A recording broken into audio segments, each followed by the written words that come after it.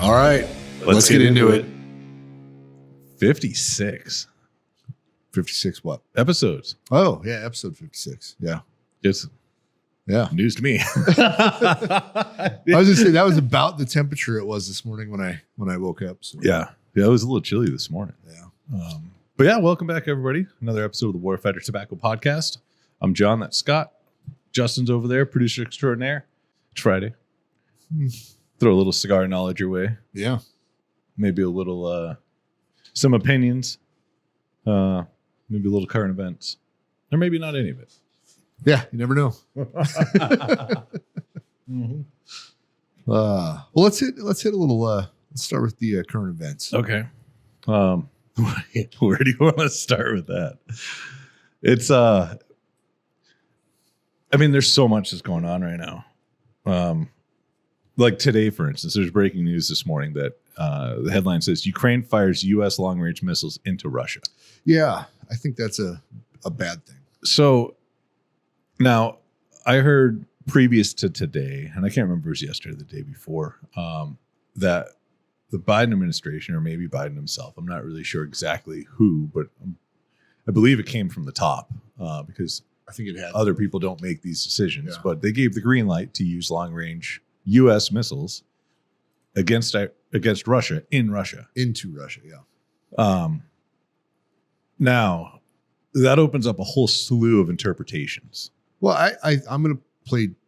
I'm just going to throw a scenario out there. Say we're fighting the cartels, right? Yeah.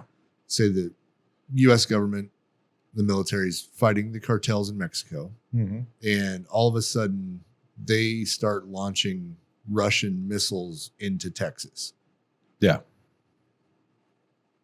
I'm going to want to fight Russia at that point. There's some sort of involvement there that is extra. Yeah. That's not just like, oh, well, this is who we bought them from. No, that's not just like, it's not like buying a rifle. Right. It's a little different. It's a little different. You know, that those are governments talking to each other to make that happen. Because I don't believe Mexico would allow a Russian missile into the hands of the cartel. Right. Now, if Mexico was trying to take over the United States and they had Russian equipment launched into Texas, it would still be the same thing. Yeah, I would still be upset with Russia. But now it's you know, when Biden gave the green light for Ukraine to use these, which is it's interesting, right? Well, because who launched them? Yes. None of the directions are in Russian. But no, it's not even that, right? Like these are very advanced systems. This is way different than a HIMARS system. This is way different than things like that. Like this, I don't believe that this technology is something that we're just going to hand over to Ukraine and be like, here, you guys have fun with this. Well, and the funny thing is, the first question I had is when I heard that they actually launched it was, then we didn't give it to them yesterday. They've had it. Where did it get launched from? Where did it get launched from? And who launched it? Who launched it? Not who gave the order. Yeah. The actual boots on the ground people. Yeah. That, whatever it was, pushed the button, pulled the string, however you fucking launch those things, I clearly do not know. Right. Who was it? Because that's where it gets interesting. Because most Ukrainians don't speak English, right? Well, I'm just saying most U.S. military equipment, the directions are not in Russian. No, we don't have one of those service manuals that's this big with Right. different languages. And it's just English. I'm pretty sure this long-range missile system isn't like an AT-4 where it has little pictures in each step. Let me see if it tells what. You know what I mean? And I'm pretty sure that you can't ship one to Ukraine express where they have it in 2 days and set up and firing. Right. They've had it for a while. So we were just told that they were being sent, not that they've already had them. So there's a lot of things that were. If I was, so there were 6 U.S. made ATACMS, Army Tactical Missile Systems.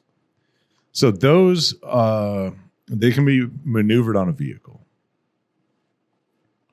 Russia says it shot down 5 of the missiles and damaged the 6th. It added the debris landed in the area of a Russian military facility, but that no casualties or damage beyond a small fire. U.S. official confirmed the overnight strike to Fox News. This attack came 2 days after President Biden approved Ukraine's use of American long-range missiles on Russian soil. All right. An escalation. So now this, Okay. So the ATACMS, I do believe that the Ukrainians were trained up on those. Okay.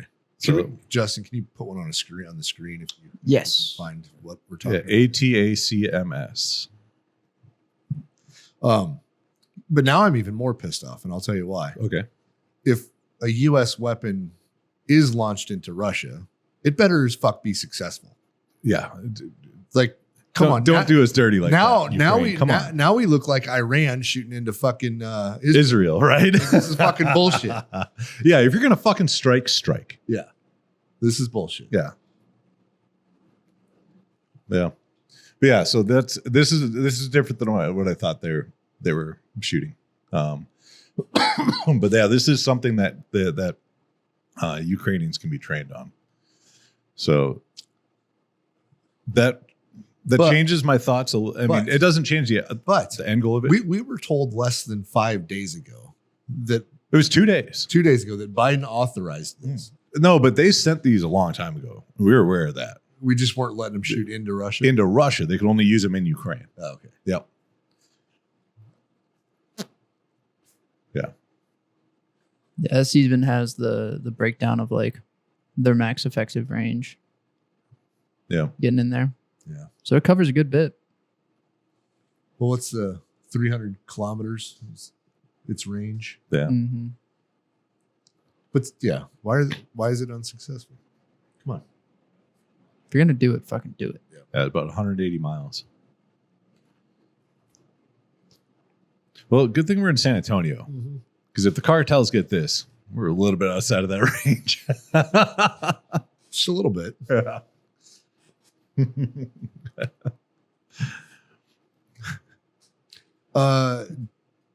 Do you think that we are going to go against the cartel with special ops and stuff? Are you watching Lioness? I am, but I'm also watching the news. It's been a headline. There's a couple shows. No, I listened to the Evan Hafer Joe Rogan podcast, and they were talking about it. Oh, watch the new season of Lioness. Yeah. And then what was that other show? What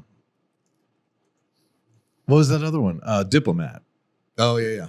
Like these are all shows that have been recorded in semi recently. But everything they talk about, you're like, fuck this. I think that's going on right now. What do you think the effectiveness of special ops against the cartel would be? Which side is going to be surprised? It depends on how they do it, right? Yeah. If they have an end goal of we're dismantling these cartels, yeah, from the top down, fucking go. Awesome. It'll get done. But if they dick dance around like the government does every, in any other conflict that they do. If they say, hey, you're going to go fight these guys, but we're going to tie one foot to one hand behind your back. I'm going to tie your right arm to your left ankle. Yeah. And then you can fight them. Right. That's probably what they're going to do. And then nothing's going to happen. It's going to be a couple of small skirmishes. They might take out a high profile dude. It'll delay things for a little bit. But they're cartels. Yeah. They're going to pivot and they're going to fucking keep making the billions that they make. Right. Like you have to just go in there. Like you literally just got to take high level teams and just be like, have fun, boys. Yeah. What do you think the most effective way to stop the cartel would be? Take out every single member that you find. Look at I think it would be to legalize all drugs. Well, look at El Salvador. Is it El Salvador? What's the country in Central America? No, it's I'm pretty sure it's El Salvador. That literally just rounded up every fucking cartel member. Yeah. And then they have this maximum security prison that they're locked up in these rooms of like 80 people for 23 and a half hours a day. They have a half hour to be outside.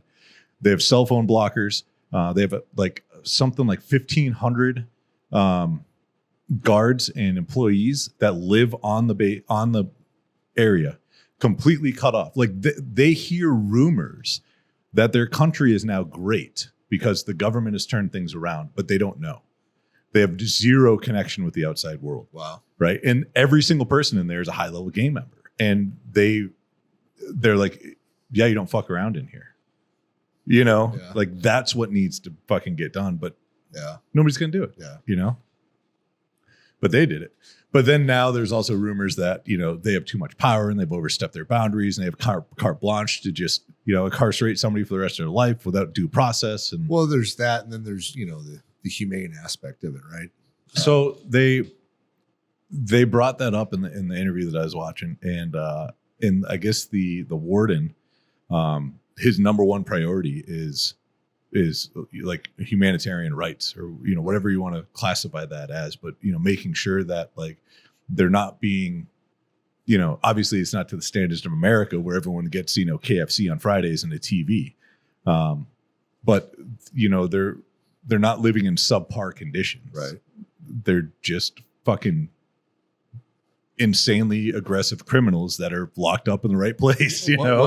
It's like what you pictured jail as when you were like 12. One of the guys they were interviewing, he's like, yeah, I'm an MS-13 member, but then I also started my own clique you know, years ago, and it's called whatever, and, you know, so I'm a gang leader and also part of this one, and then, you know, and just going over all this different stuff, and it's just like, yeah, no wonder why you're in there. Right. Mm-hmm. Yeah, so they've, as of November 5th, 2024, over 83,000 people accused of having gang affiliations have been arrested. Yeah. Which is insane. What's the population of El Salvador? They have the highest incarceration rate in the world right now. Well, that's what. But they also have one of the safest countries in the world right now. So 6 million and 80,000. So a little bit more than 0.1%. Okay. Well, that's fair then.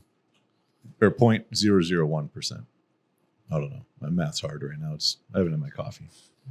What was I saw part of that interview too, and it was crazy because the guy asked, like, are there ever any like fights, or do they ever get like crazy? And he's like, not really. Yeah, like no. Usually if they do, like, people inside the cell take care of it. Yeah. Like, it calms down and everything. But I was like, that's fucking. You got to think, though. You're in there, like, especially in that world. Like, you think you're a badass. There's somebody right around the corner that is 10 times more bad than you are. 100. You know what I mean? And then you lock them all up in the same area. I guarantee you at first, there was kind of like a hierarchy that was getting established. But within a matter of days, it's just like, okay. Yeah. Like, this isn't good for anybody. Like, like if everybody's good, you get ice cream on Friday. And so you have these high level guys like, you fuck up my ice cream Friday. We're not getting ice cream ever again. Yeah. You're not getting ice cream ever again. Yeah. Yeah. It was crazy seeing how many of these, because they had, but that dude spoke great English. Oh, 100%. Yeah. It was insane. Mm-hmm. Like, very, very, very educated. No, I wouldn't say very educated, but could carry a conversation. Right. Like, understood like the intricacies of what they were really asking, and not just like the surface level, like, you know, like, no, this dude, like, he was fucking. Well, I don't think the dumb ones run shit, especially in the cartel. No. Like, those guys are pretty smart. I mean, they're illegitimate million or billion dollar businesses. Well, like, you need to be smart to operate this. Imagine, not get caught. Imagine running a business where you also have your own military, essentially, right? Yeah. Like, but then now, do you run it? Do you have like a good set of books, and then you have your other books? Well, like, how does? I mean, you know, you have to be able to monitor it somehow. I don't know, but I think that the goal for all of the cartel people should be to eventually become legit on something, right? So you don't have to worry about. Well, they are, and that's the money laundering part. That's how they clean their own money. Yeah, is they have all. Like I said, I'd be great at money laundering if I had money to launder. The problem is I don't know how to get the money to launder. Typically, you launder somebody else's money. Okay, well, if anybody's listening, I think I would be good at it. I got a great washing machine, and this dryer, boy, let me tell you. My only problem is I don't have your money. That'd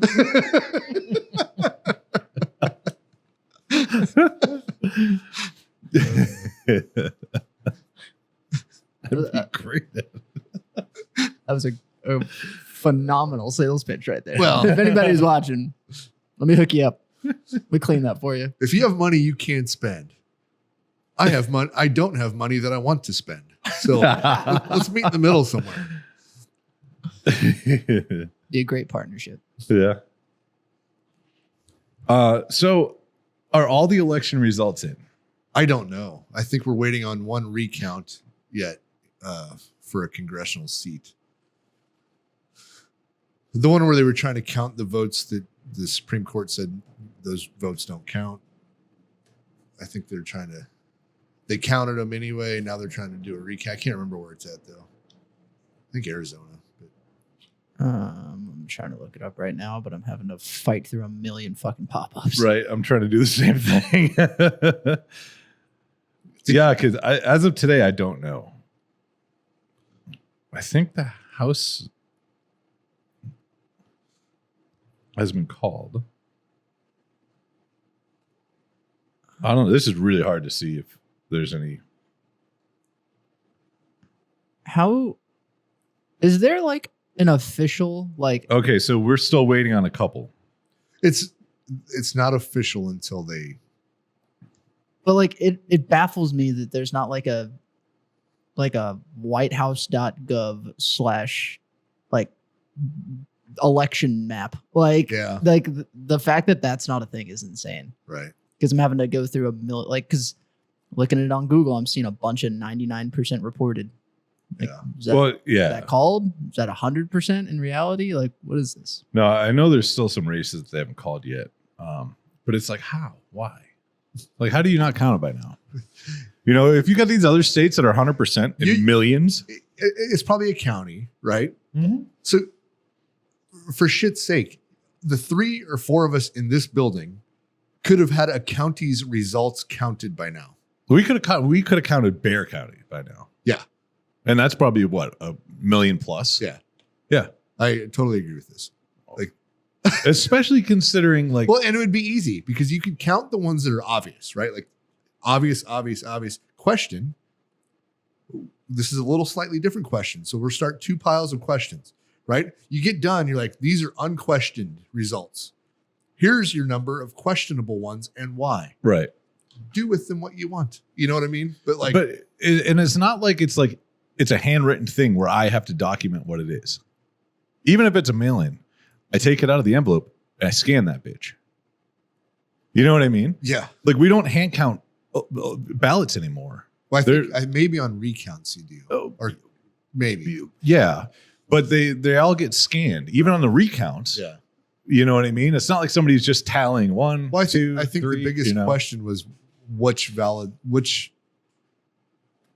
votes were valid or not. Yeah. Valid signature, valid dates, all that kind of stuff. Why this stuff isn't standardized, I don't understand. Right. You know what I mean? Like if I'm voting in Texas or if I'm voting in California, I should do the same process. Mm-hmm. And how they count them should be the same process. Right. Why they're different. Like, remember when we used to laugh at Florida, like back in the Bush Gore days, right? Oh, because it was a nightmare. Yeah. People are like, oh, Florida. Yeah, good luck. We'll know in 2 weeks. Well, you know what? Arizona, Florida fucking figured it out. Arizona. Yeah. Florida figured it out. Arizona. Yeah. And California. Maybe talk to Florida. They figured it out how to count. Right. They know how to count. Arizona, learn how to fucking count. Like it has been what, a month? How long has it been since the election? Where are we at? 2 weeks. 2 weeks. Okay. It's been 2 fucking weeks. There is no reason you can't count. Yeah. Like, I don't get it.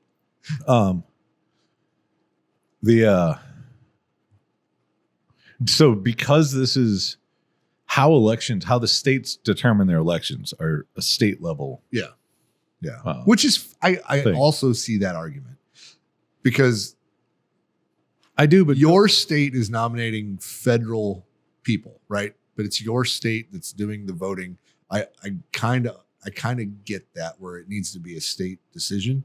But on the other hand, well, I get it, but being an employee of the state, right, especially a high level one, and your goal on top of, governing successfully, right, is to improve, to streamline the process, right, that your state has, because ultimately it saves money. So who's responsible for, is it like the governor who like ultimately says, hey, here's the final count? I don't know. Okay, but let's just have a scenario. I have a scenario in my head, right? I'm the governor, and I'm like, okay, County Y, I need the numbers of the election. Be like, here you go, Governor. Yeah. It's all written down right here. Right. Okay, we're doing a recount. Okay, we'll count them again. Was there any discrepancies? No, because we know how to count. It's right here. Yeah. But was there any questions? Yes, they're in this category. There was 1,283 votes that we had a question on. You can choose to put them in the pile or not. Yeah. But it's written down right here. Right. Like, but like imagine being, let's use Arizona for instance, just because they've, historically have had some issues lately. Do you think they could reach out to Florida and be like, you know what, guys? yeah. Like we saw your guys' stuff worked really well, and ours has kind of been a little bit of a shit show lately. The country's making fun of us. So like, can you help us? Can we sit by the cool kids? They know how to count. To avoid the national scrutiny, and also to save money, because now you're not paying employees for these past 2 weeks of doing this shit. Right. Let's adapt your system, and then we can be done in a day. Yeah. Like, let's figure it out. What? Why is it so? I don't get it. I don't get it either. I think it comes down to that whole thing, like when we talk about with officers in the military. They need a new bullet point on their OER. These politicians need a talking point for their re-election campaign. I think it comes down to two things, right? Either Arizona, we think you're incompetent, or you're corrupt. Either you wait this long because you need to know how many votes you need to count, which doesn't make sense, or you can't fucking count.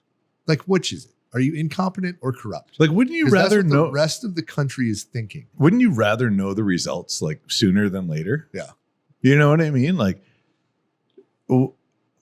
I don't get it either. Don't.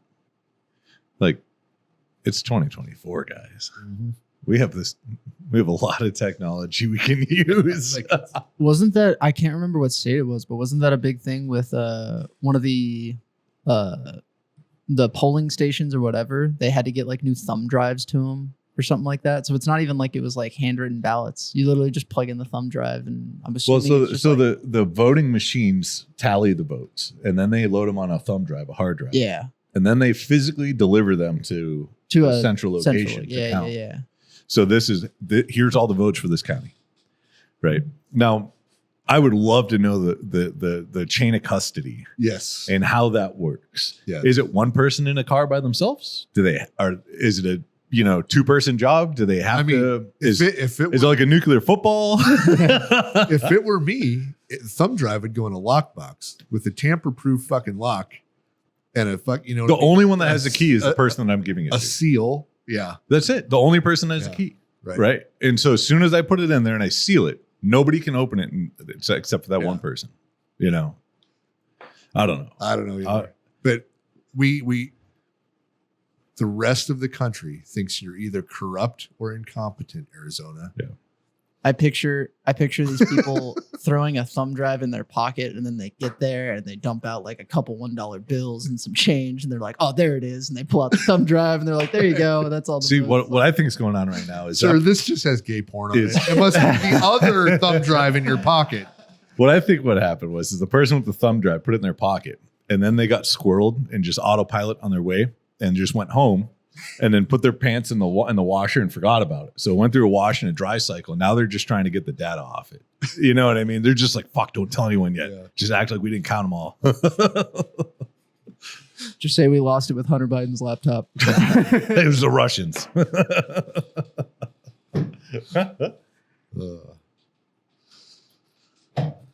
Anything else in current events? Oh my God.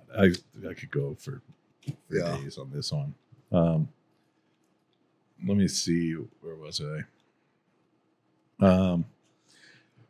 All the stuff about Elon Musk, the hate that he's getting. Actually, the hate that he's gotten. And I don't know if everybody's aware of this or not. But during this presidential term, Biden very publicly stated that Elon Musk needs to be looked at harder. And after that happened, every single 3-letter agency in the government started investigating Elon Musk. One of them pulled an $800 million government contract just because. And it's been ongoing since then. And now, Musk and Vivek are going to be the Department of Government Efficiency heads. I like to call it the scalpel. And so there's a lot of unrest going on about this because people think that with all the investigations going on into Musk and all the, I think he gets something like $15 billion in government contracts between all the different companies that he has, that they're saying that they're putting the guy in charge of oversight who should be oversought. You know what I mean? I get that. I understand. But in the same sense, it's just like, okay, audit him. Yeah. Go ahead. But audit everybody else too. Right. Don't just pick him because he's the richest guy in the world. But then it turns into another conversation of Elon Musk bought Donald Trump because Elon's the richest man in the world. Yeah. And then he joined Trump's team, and now he's getting up in the government. So let's say Elon Musk bought Donald Trump, right? Let's just say that that's a fact and it happened. Well, and the reason they have this theory is because he's not a natural-born U.S. citizen, so he can't be president. Oh, got it. Yeah. So it's the puppet. The whole thing that Biden has been doing for the past 4 years. Right. They're trying to say Trump's doing. Well, but let's just say Elon Musk bought his position, bought influence, right? Let's just say that's they're not hiding it. No. Who bought the Democratic Party? Yeah, who bought Biden? The thing is, we don't know, and that's more dangerous. Yeah. It's not in the public. Yeah. It's not in the public. No. Right? Yeah. Like they're not trying to hide it. They're going to try to. Okay. Yes. Like who made the decision that Biden is no longer running and then putting Kamala in? That's what I want to know. Yeah. Because it wasn't either one of those two. It was not either one of those two. No. That's what I want to know. Right. Because that's who's running the ship. And even if Elon got his position, he offered, he's like, hey, I think this is President Trump. I think this is what should probably is needed in the country. Yeah. Is a position like this where it gets rid of government waste and fraud and abuse. Right. Yeah. And so, yes, he got put in that position. As long as he's in that position doing his job and they're not hiding shit, that's fine. Like, who else is going to do it? How else is it going to get done? It's been out of control for 50 years. I read this thing that it took from the 1940s. I think it took up until like the 2010-ish for the United States to accumulate, I think, $7 trillion in debt. Yeah. Right. Previous to that, we didn't have debt. There was no federal debt. Right. Right. So it started after World War II. And then it was just kind of doing this little number. And then within the past, I don't know, probably late 90s, early 2000s, it started to grow. And then mid 2000s, 2010, it was at 7 trillion. And then now it's at like 21 trillion or some shit. Yeah. And it's just exponential. Yeah. It's snowball rolling down a hill. Yeah. Out of control. Yeah. And so like something needs, if this doesn't work, cool, but at least we tried something. The more people that are nervous about it, right? If you're nervous about it, I want them to look at you. Well, and the crazy part, and this is the part of the news that fucking blows my mind is when they're talking about this and they're just like, oh, they're going to cut Medicare and Social Security. It's like, no, they're not actually. What if they do? But what if it's all of the fucking fraud and abuse that they cut? Then it's okay. Yeah. With those Social Security checks that the kid's cashing for the dead father that's been dead for 10 years. Yeah. You should probably not send him checks anymore. Right. The actual recipient's been dead for 10 years. Yeah. Right. By the way, that guy now owes hundreds of thousands. But the person who legit needs Medicare help, can get. Yeah. They're not going to stop that. They're going to help that. Right. Right. They're going to divert the money. So Like, I don't know. I don't get it. I started going down. I've been talking about tariffs a lot lately, and just because it's a very real thing, and it could affect a lot of industries around, across the board in the United States. And a couple of things that I've seen about tariffs is a potential, and I don't even know if it's a legit one or not that I saw, but it was a potential trade agreement, and essentially it was equal tariffs. Right.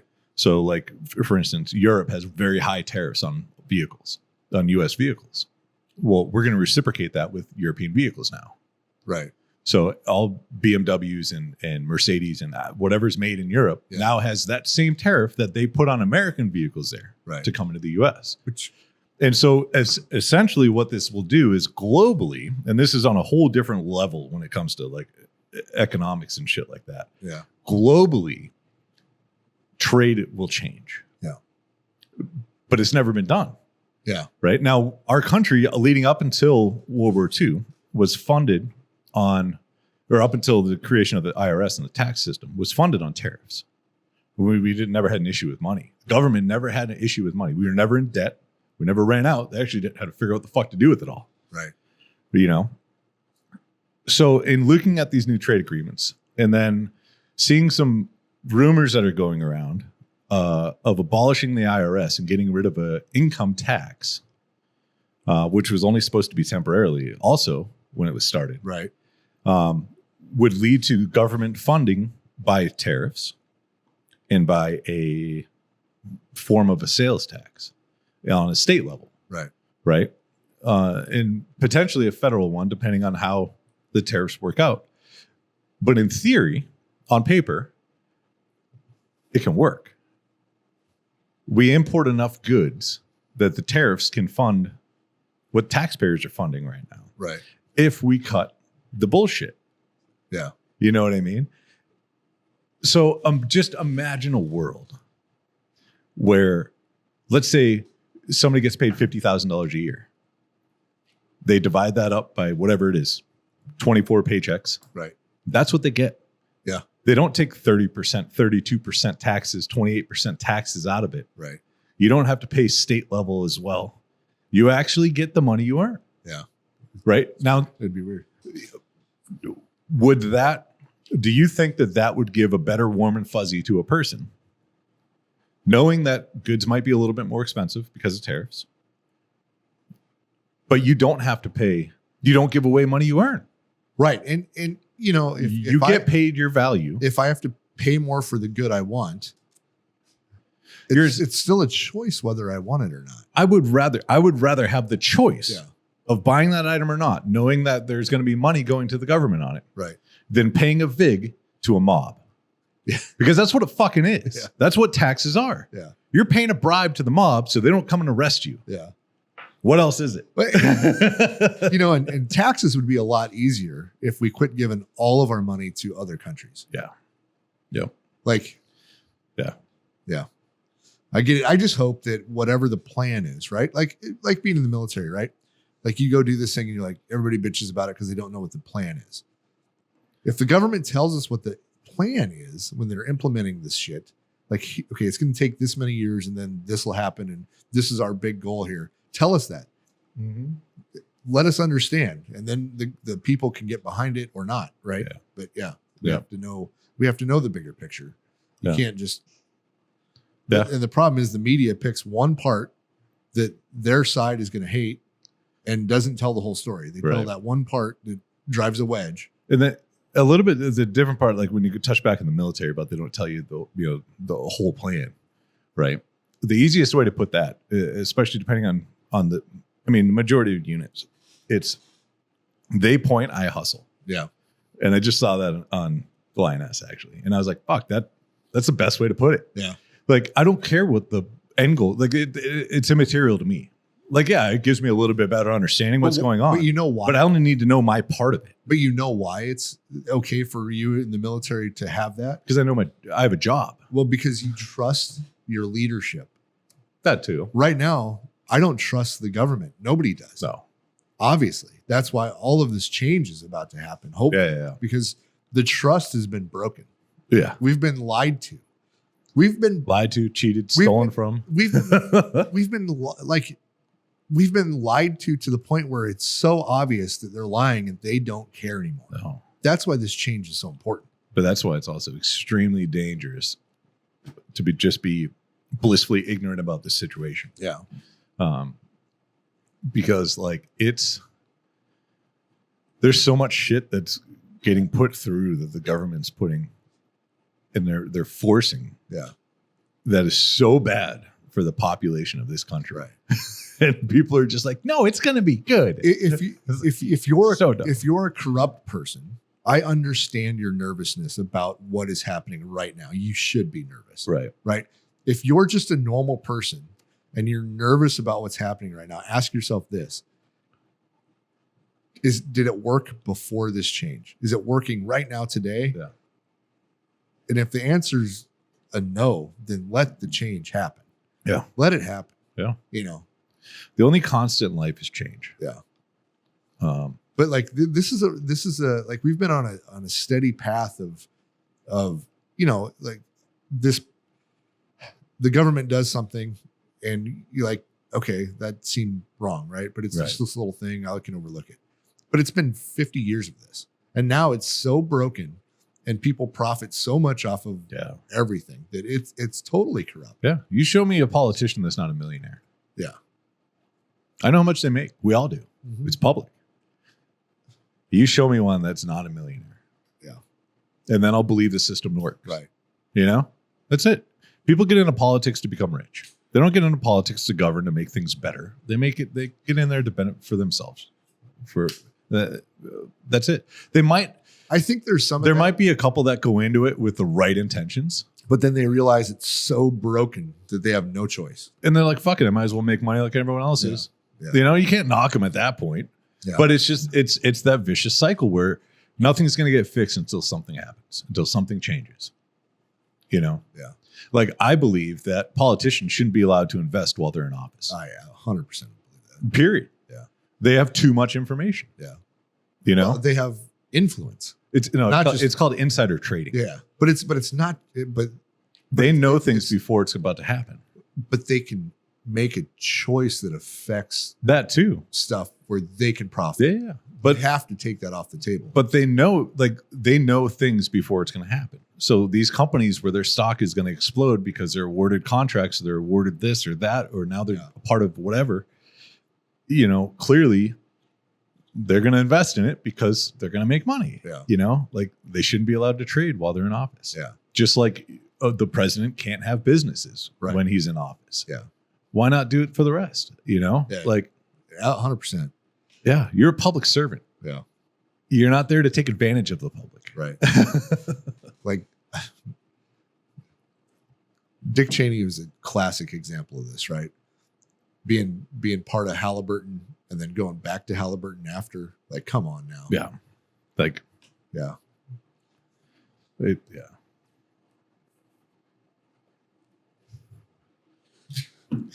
Are we done with current events?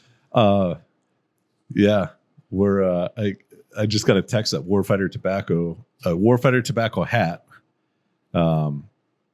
is going to be on National Geographic. We have a customer that does some pretty cool stuff, and he wears one specific Warfighter tobacco hat with the Texas flag on it when he does a lot of stuff that he does. Nice. And we're always there in spirit when he does his job. And I guess in this particular instance, we're going to be on National Geographic. I don't know. Are there more current events? I mean, there are. There's so many. We're already 40 minutes in, so. Yeah. Let me see if there's anything like besides just people yelling at each other. I don't even want to go down the FEMA rabbit hole. We can do RFK. We can talk a little bit about his stuff and people losing their shit on that. Well, because and this kind of relates to our industry a little bit too. Big time. HHS secretary, right? So FDA falls under HHS. They do. So what's his stance on tobacco policies and that kind of thing? I guess we'll find out. Yeah, I don't really know when it comes to that. He hasn't really talked much about anything that was kind of outside the realm of like food and drug. Yeah. And when I say drug, I mean like prescription style stuff. I've also heard rumors that there's going to be a national push to legalize marijuana. But I did not hear that from Trump. Well, let's do a poll real quick, Justin. Do you think it should be nationally legal? Marijuana should be nationally legal. Yeah. At this point, I think there's so many states. There's more than half. There's more than half, right? So at this point, does it really matter? Has society collapsed? Have we spiraled into this? You know, it's the what do they call marijuana? The gateway drug. They used to, right? I think fentanyl is now called the gateway drug. Well, I think that's the pearly gateway drug. But I think we're past the point where we know marijuana. I don't think it's going to destroy society, right? We've actually found there's a lot of benefits to it.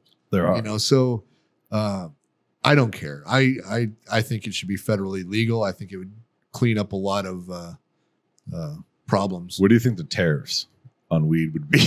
Well, if they imported it? I don't think we should ever import it. No. So, and one of the cool things, and I don't know if it's in every state that's legal, but there are some that because it's still federally, right? It can't cross state lines. Well, that makes sense. Yeah. So each state essentially is their own that's producer. It's even the same way with booze, right? Like, but that what it does is it almost forces a lot of these companies to be vertically integrated. Yeah, whether they wanted to or not, because they don't have another supplier, right? You know, and instead of dealing with the headache of somebody else, eventually, you know, it's just like every other industry. You want to control every aspect of it, unless you're Uber, where you don't control anything except for the app, right? But you know, like, you know, you look at like IKEA, for instance, they don't source their stuff. They manufacture it themselves, right? Because it's cheaper. They have a larger profit margin, and it's the same across any industry. Once you get to that level, you know, but yeah, like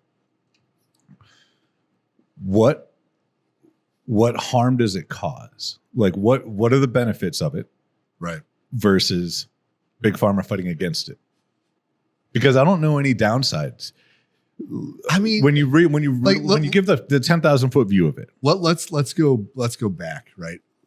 What are the downsides of marijuana? It's the gateway drug. Okay, we kind of proven it's not. Well, that was the slogan when also we had the war on drugs. No, I get it. But when they declare war on anything, it But what's the? It's like a war on terror. It still hasn't ended. What's the actual downside of it? Are people getting high and committing felonies? I think the downside are no. Like what? Well, so now there has been an increase in DUIs.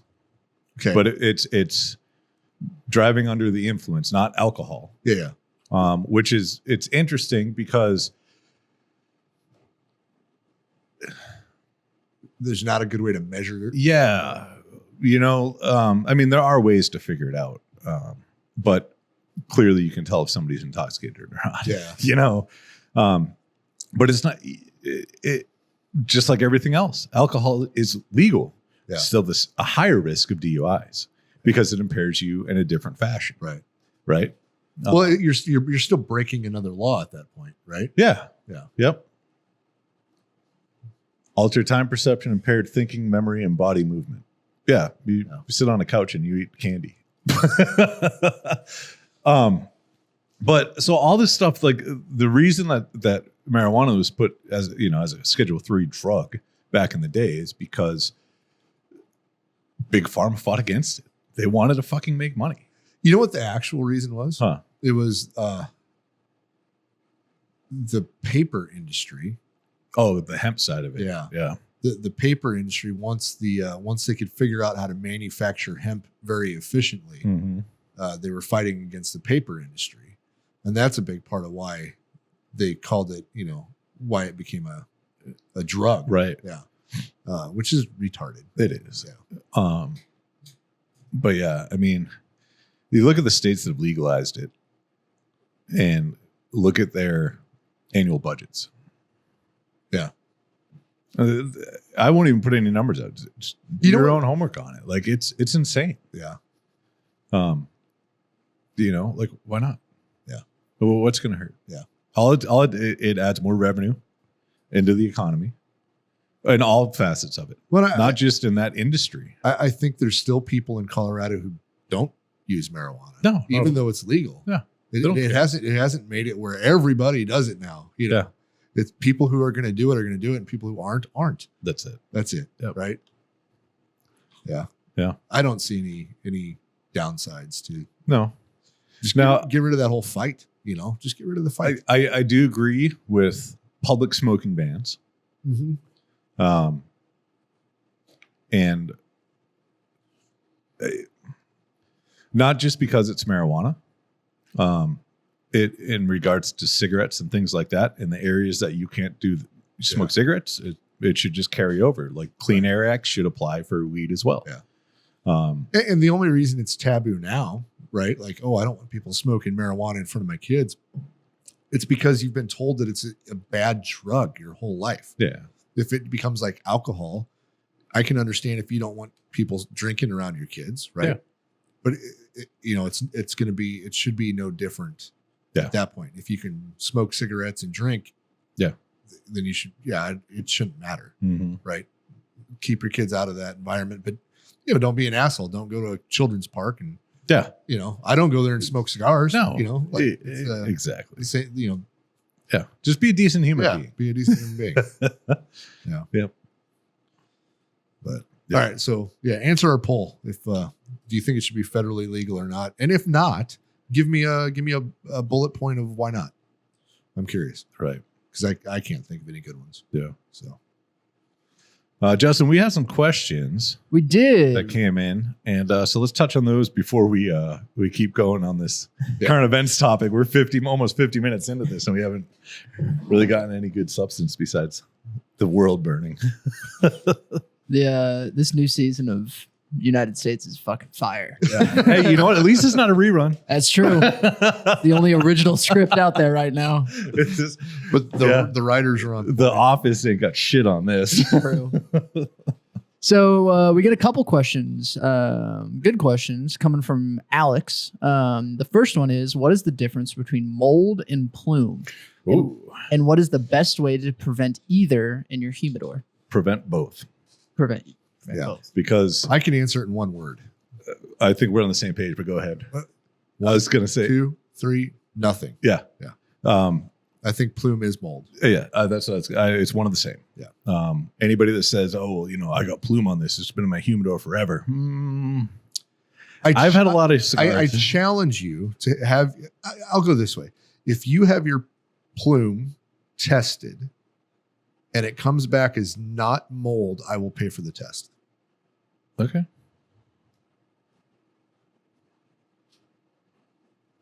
Because I think it's the same thing.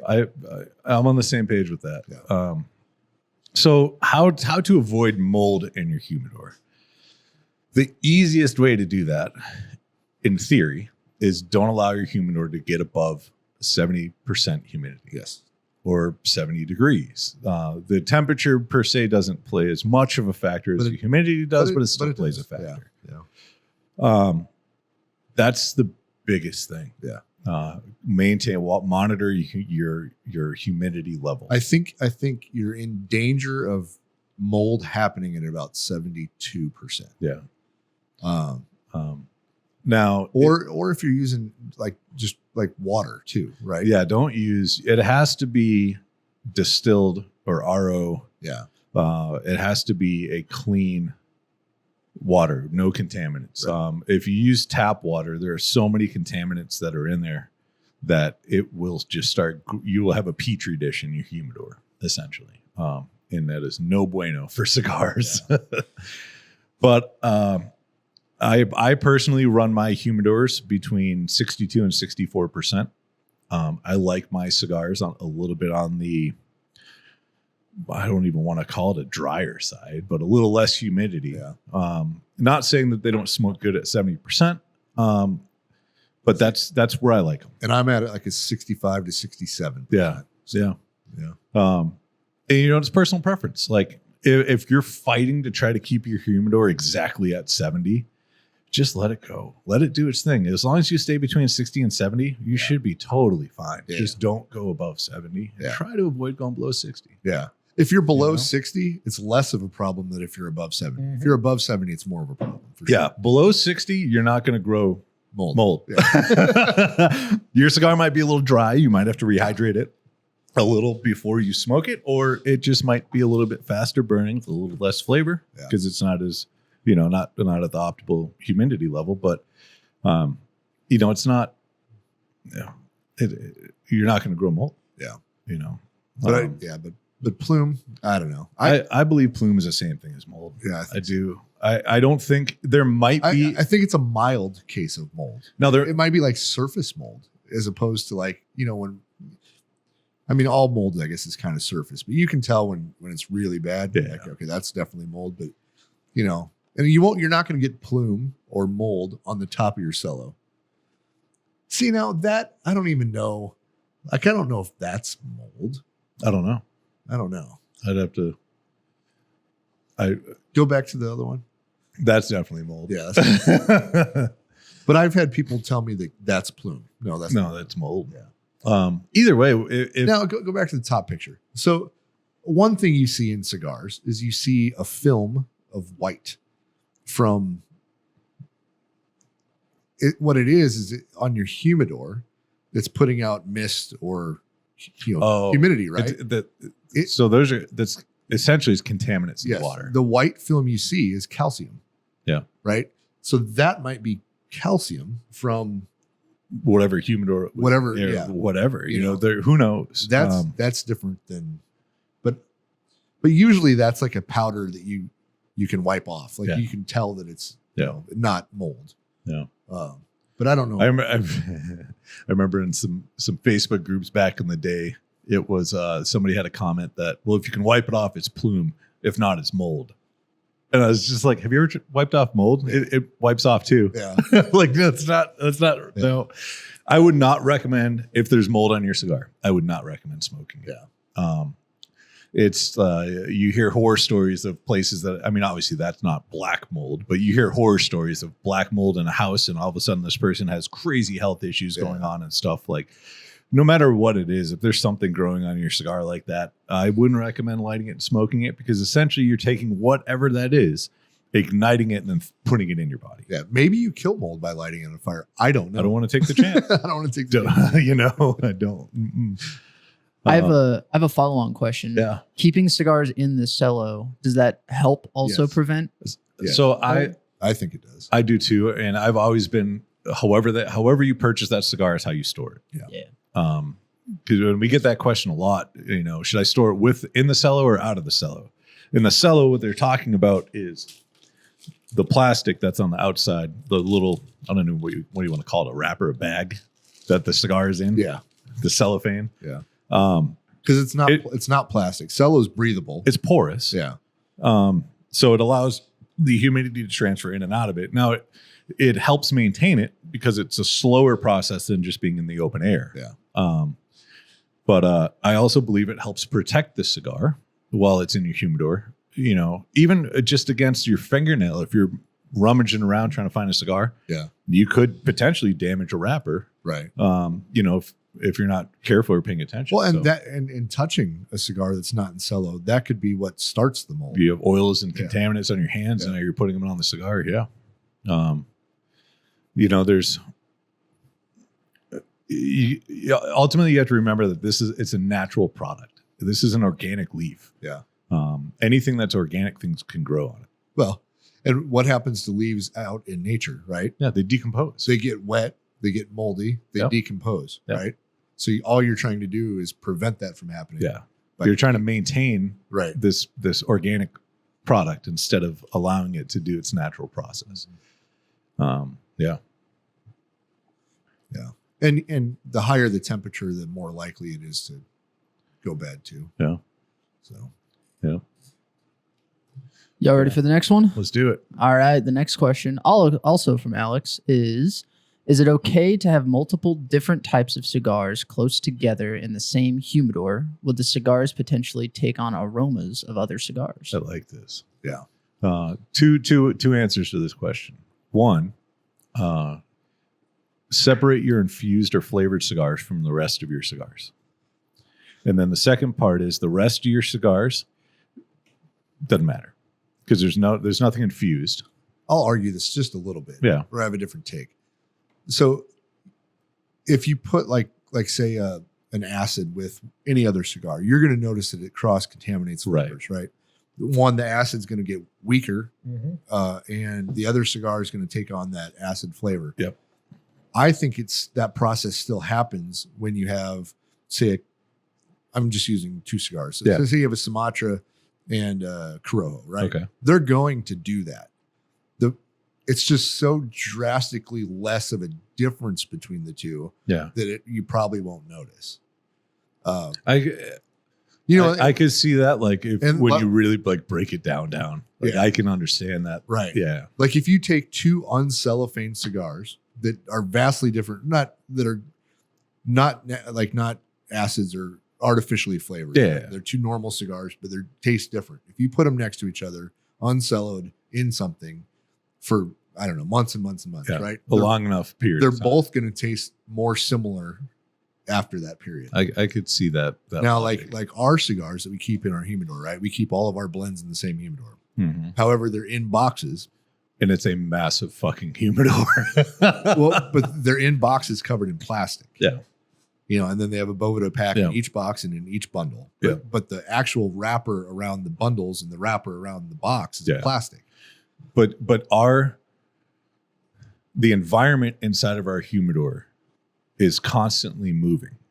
That's true. Right. So we're constantly flipping air and humidity in that, where it's not just like a completely 100% sealed room that has stagnant. And none of our cigars, like our cigars are all separated by blend and size.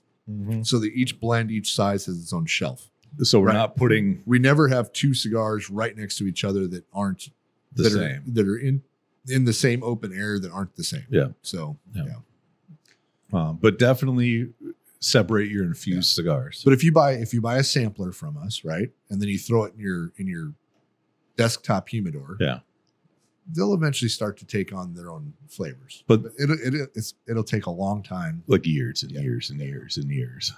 What about years? I think so. There are drastic enough differences in the cigars that I don't think that they would. And even ultimately, I mean, you could put them next to each other for 15 years, and they wouldn't all taste the same. Right. But they might be different than one that was rolled a week ago. Yeah. Or, you know what I mean? Like that's I think what Scott's trying to say here is, if you age these for 10 years together and then you smoke a Sumatra next to a Sumatra that was, just rolled, that wasn't next to anything else, those two might be slightly different. Yeah. But it's not like those 6-pack is going to, these are all the same cigar now. No. That won't happen. It's very subtle hints of flavor. But if you take a Sumatra for 10 years and you have it in its own package, and you have a Sumatra and a Corojo in the same package for 10 years, they're going to be a little different. They're going to have taken on some characteristics. Yeah. Now, whether that is it going to happen in 6 months? Is it something you need to worry about? No. I don't think so. No, I don't think so at all. Yeah. I don't think it's going to be something that's noticeable enough that, like this is essentially like a wine sommelier sampling wines that have, been aged a certain way, and they're trained enough where they can pick up like, like on a scale of 1 to 10, this one's a 6 and this one's a 7. Yeah. And then, like, let's be honest with each other. Most cigar smokers are like Bill Burr. Yeah. And it just tastes like smoke, you fucking asshole. Right. They don't know the difference. Right. But you have to be a complete, like, really on point to even slightly pick up a difference. Right. On that. Yeah. It's it'd be very, so very subtle. Yeah. Yeah. Yeah. And then the infused stuff, like, I don't even know the last time I had an infused cigar in any of my humidors. But that transfer of flavors will happen within weeks. Yeah, that's quick. Yeah, that's quick. Yep.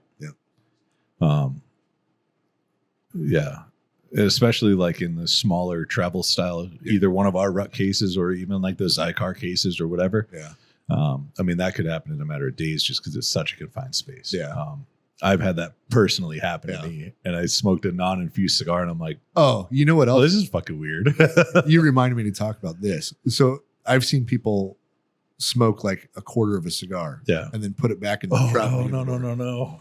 That takes minutes before all of your cigars taste like an ashtray. It's so bad. Yeah, don't ever want to put a started to smoke cigar Who back. did I see do back that? in I saw that recently. Yeah, Oh, I can't remember. yeah, you who. don't ever want to do that. Man, You're that gonna was- ruin everything. And I remember they opened up it was a rut case too. They opened it up, and I was like, Yeah. I'm like, what did you do? There's tobacco everywhere. And if you've ever done that where you've like lit a cigar and then put it in a confined space and then tried to smoke it, even an hour or two later, it's almost unsmokable. Heck, you know, Yeah, you that's almost so can't do it. bad. Now you can leave it in open air and then pick it up. But you still get some of them. Oh yeah. You know, even It's- just off in a relight, Yeah. you still get some of that charred ashtray taste, you know?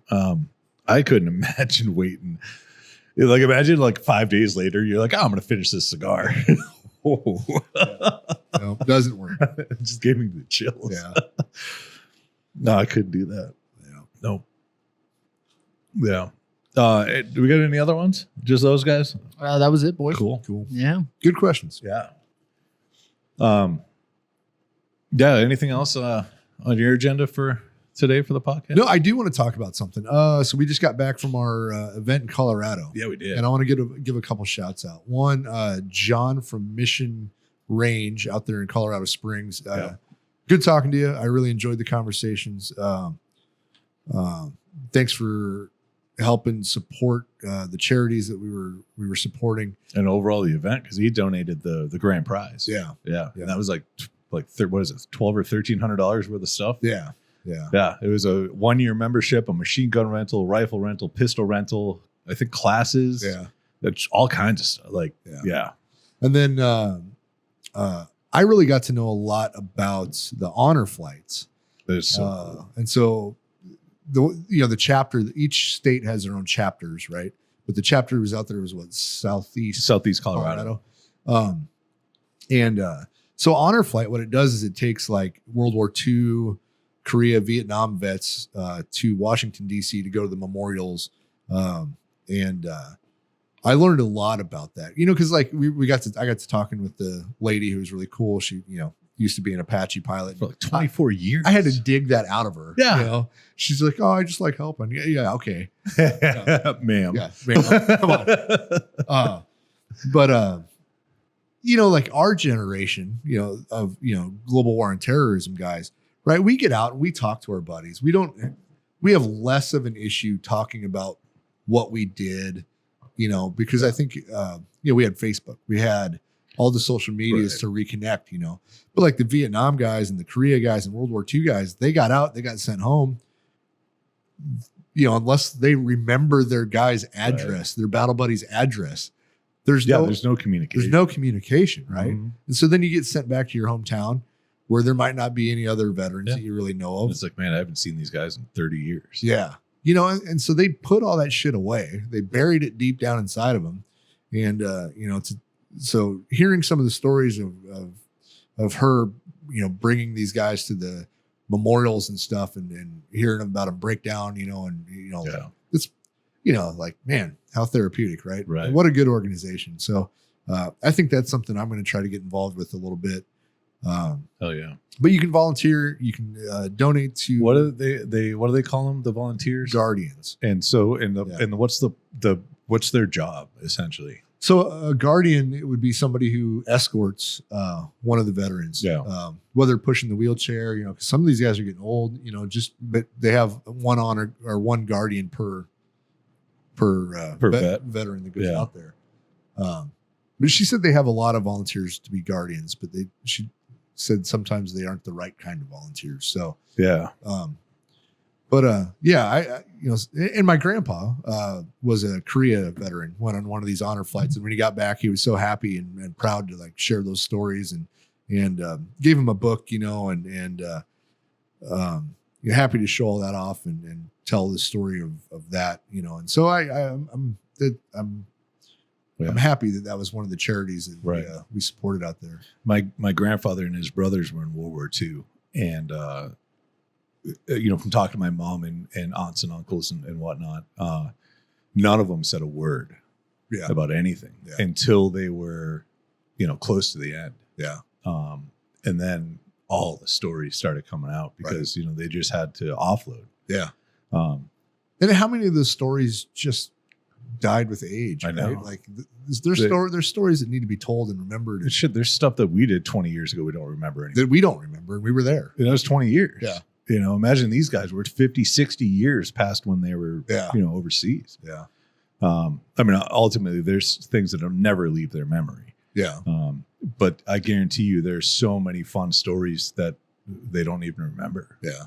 But if they get around their group of guys, right, or even one or two of them, or maybe even just seeing a name would trigger that memory again. Right. Like those are the things that, like, when we were talking to the ladies up at the thing, like the whole time I was like, I need to walk away. I have goosebumps. Shit, I was tearing up, almost crying about some of the shit she was telling me. Like it was, crazy. So, great organization, Honor Flight, and they have chapters all over the country. Yeah. So if you're looking to support one of these, nonprofits, look for your local Honor Flight chapter and see how you can help, whether it's monetarily or with your time or whatever. So it's an amazing mission. Yeah. If you can't help monetarily, you do like we did and help with the fundraiser. Yeah. Right. Like, or just volunteer your time. Yeah. You don't have to organize a fundraiser. You can be like, hey, if you're doing one, I can come help you with it. Yeah. That's what I meant. Yeah. But yeah, I mean, if you're not involved in a charity program in some way, shape, or form, you're missing out. Just try it. Yeah. You're missing out. It is unbelievably fulfilling. Yeah. And you won't really figure out the value of it until you do it. There's no review that I could say or, whatever. But just try it. Yeah. You might find a shitbag nonprofit, but you'll see it real quick. Yeah. So especially if you help out. Yeah. Yeah. But it's, you're donating your time or money or whatever it is to help somebody else that, whether they know it or not, probably need it. Yeah. And you make a difference. Yeah. What else with the event? It was a great event. It really was. Yeah. We were the number 2 event that they did over the whole year. And the only reason we didn't get number 1 is because we didn't give away $400 worth of free shit every time you bought a cigar. Right. There's only a couple companies in the industry that do that. And clearly they, took the number 1 spot in cigar sales. But we got number 2, which we're very proud of. Huge shout out to all the customers at 3Ds, everyone that came to help support. We ended up generating somewhere around $3,000 for the nonprofits. Awesome. It's what I was told at the end of the night. We're still waiting for final numbers, just so we know the exact amount. They're just tallying everything and all the donations and live auction items and all that kind of fun stuff. But it was a great event, and also we got to watch the Mike Tyson, Jake Paul sparring session. Yeah, the shoving match. Yeah, that was uneventful. Yeah, I don't really need to talk about that. No, it was what it was. Yeah, I'm just glad that Netflix wasn't trying to broadcast the Super Bowl, because that would have sucked to watch buffering on 3 seconds left doing a Hail Mary, and it just stops. And you're like, and then it doesn't pick up from where it went. Then it just goes to the after show, and you're like, what fucking happened? You can tell everybody tuned out too, because the after show played flawlessly. Right. But yeah, I'm trying to think what else happened at the event that was pretty fun. That's about it. We ended up hanging out at the shop till about 3:30 in the morning, talking about all kinds of stuff with Abe and Brandon, Scar Mechanic, our broker that covers the area. A huge shout out to those two for having very in-depth, intense adult conversations, and not allowing deep talks to drive wedges. It didn't change anything in relationships, and it's so nice to be able to have conversations with people where it's. I think my favorite conversations are stuff I don't 100% agree with. Right? Yeah, like I like different points of views on things. I like seeing other perspectives. Yep. Which is why every time I ask for a poll, I'm like, give me the points that I don't know. Yeah. You know, like, because I thoroughly want to know other points of views. I'm trying to learn as well. So. Yeah. Like, I don't want to change your mind, Yeah. and I don't want you to change my mind. I just want information. Mm-hmm. You know, I have questions, give me answers. And if my mind changes, cool. That's. But if that changes based on information. Right. You know? Yeah. Yeah. So. Yep. Yeah. I think that was kind of. Yeah. It was a quick turn and burn. Yeah. Well, it was cold. Yeah. Made good Mexican food. Great Mexican food. Yeah. We have to address that a little bit. Okay. Colorado Mexican food is better than Texas Mexican food. Can confirm. Can confirm. Yep. And the best part is the place that we went to is called Las Tortugas. Las Tortugas, which is the turtle, which means they're slow. I used to call at a bar I worked at in Arizona. I used to call the cook Tortuga. He was slow sometimes. It's a Spanish word for rabbit. You don't need to know because you've never met one. Yeah.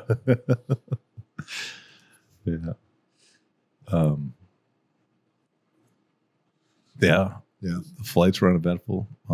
The most turbulent air. Conejo.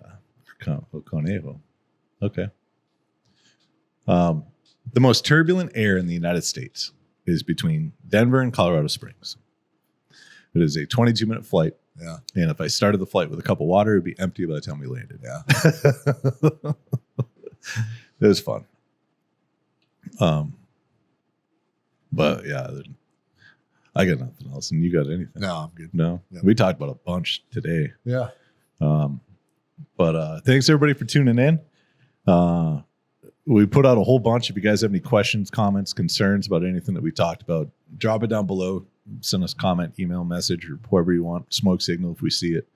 And then we can address it. A lot of these conversations, a lot of the topics that we're talking about, we're trying to, open up minds, open up, conversations, get you to think about things and look at stuff in a different perspective. We're, like I said earlier, we're not trying to change your mind, but we're just putting information out there. Yeah. And if we're full of shit, let us know. Other than that, jump on over to warfightertobacco.com and get all your smoky treat needs. We got everything in stock right now. Yeah. Since this is the last one that'll go up before it, happy Thanksgiving. Oh, there you go. Enjoy your turkey day. And keep your eye out for a Black Friday sale. Yeah. Black Friday is the day, but that whole weekend's going to be fun.